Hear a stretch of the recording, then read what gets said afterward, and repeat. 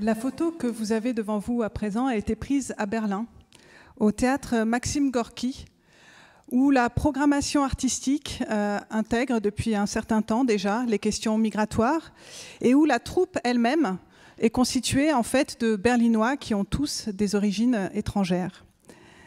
Je me suis rendue à Berlin en février pour un reportage et à cette occasion, j'ai rencontré Constance Frey, Constance qui est parmi nous ce soir et qui travaille pour l'association allemande Volkssolidarität, qui prend en charge, qui s'occupe en réalité de 4 centres d'hébergement à Berlin, des centres d'hébergement donc qui ont été aménagés dans l'urgence pour accueillir les nombreux réfugiés qui sont arrivés en Allemagne.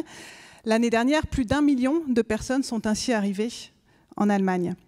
Alors Constance, qui s'occupe de ces centres, il y en a 160 en tout à Berlin actuellement, c'est beaucoup des gymnases par exemple.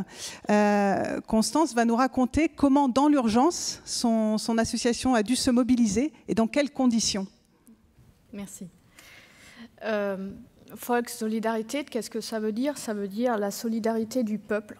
Et la solidarité avec des personnes vulnérables, c'est l'idée fondatrice de mon association qui a été créée à Dresde en 1945, après la fin de la Deuxième Guerre mondiale, pour s'occuper des réfugiés et pour les soutenir afin qu'ils puissent passer un premier hiver après la fin de la guerre. Donc, quand en été 2015, en Allemagne, le nombre de réfugiés ne cessait de croître, pour nous, ça n'a pas été la question si il fallait s'occuper des réfugiés, mais à partir de quand? Et c'est à partir du moment où on s'est déclaré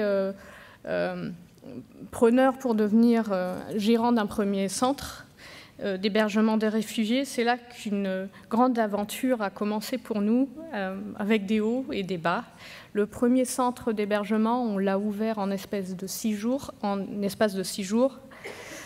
Les deuxième et troisième centres d'hébergement, on les a ouverts en espace de 3 heures.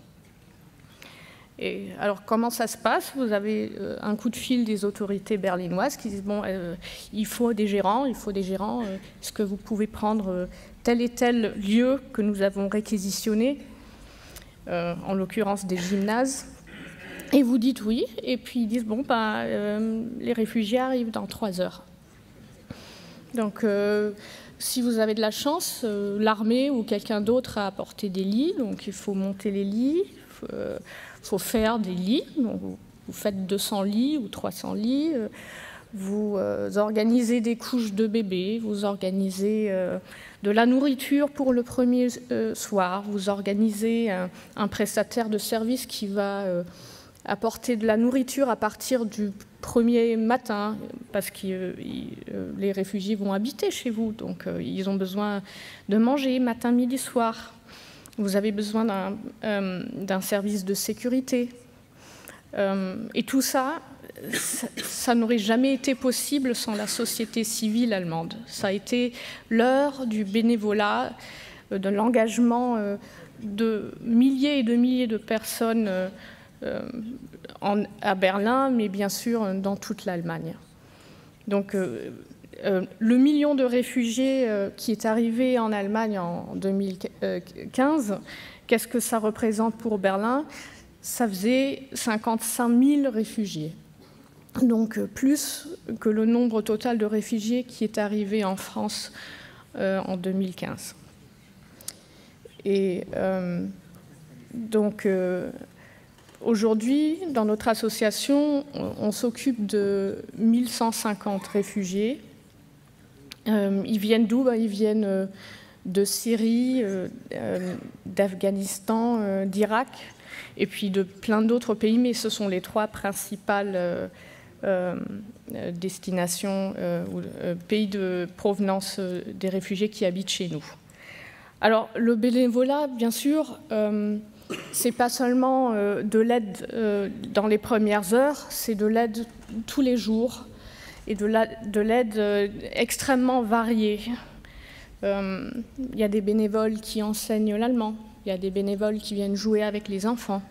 Il y a des bénévoles qui emmènent les réfugiés au théâtre, à l'opéra, qui vont au zoo avec eux, qui vont au musée avec eux, qui font la cuisine avec eux, qui les sortent un peu de cette vie dans les gymnases qui consiste pour la grande majorité des jours à attendre les rendez-vous auprès des autorités, à attendre à ce qu'ils aient le droit d'avoir des cours d'allemand officiels, des cours d'intégration, comme on dit, ou bien tout simplement d'avoir une place dans une école pour les enfants qui sont en âge d'aller à l'école. Et aujourd'hui, le nombre de réfugiés qui arrivent tous les jours à Berlin est réduit. Bon, je ne vous raconte rien de nouveau, mais qu'est-ce que ça veut dire pour nous? Maintenant, on est à un moment crucial, je crois, parce que c'est le moment où il va falloir s'occuper de l'intégration, des prochains pas. Qu'est-ce que ça veut dire? Les gens, ils sont là, ils ont peut-être des papiers, une situation légale, ils attendent encore leur processus de demande d'asile, et toutes ces personnes ont besoin d'une perspective, elles ont besoin de clarté. D'abord, la clarté de savoir est-ce que je vais pouvoir rester dans ce pays ou pas? Et si elles peuvent rester, quand est-ce que je vais pouvoir travailler dans ce pays? Alors l'intégration, bien sûr, ne se fera qu'à travers la langue et l'accès au monde du travail. Et honnêtement, en fait, ça tombe bien, puisque l'Allemagne, qui est un pays qui a en ce moment à peu près 500 000 postes à pourvoir, un pays qui a une population qui devient de plus en plus âgée, elle a besoin d'immigration.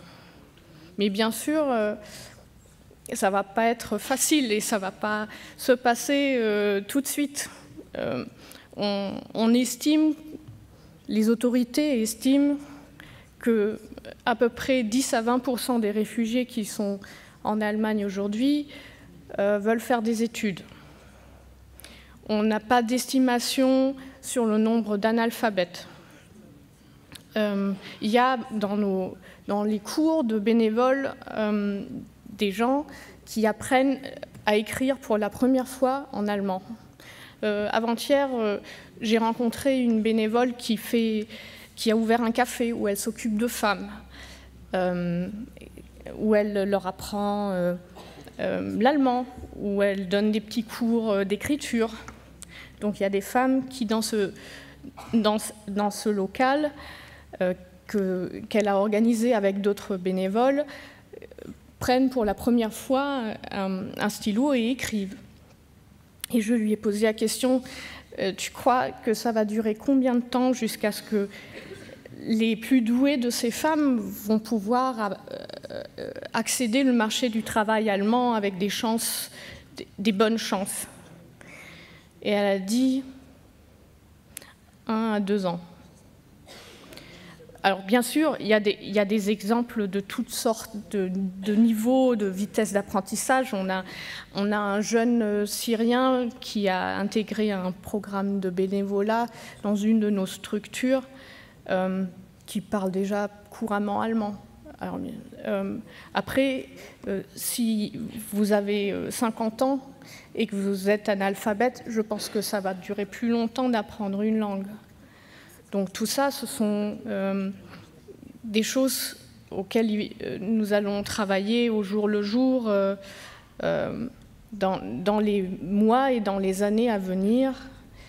Mais je parlais d'aventure.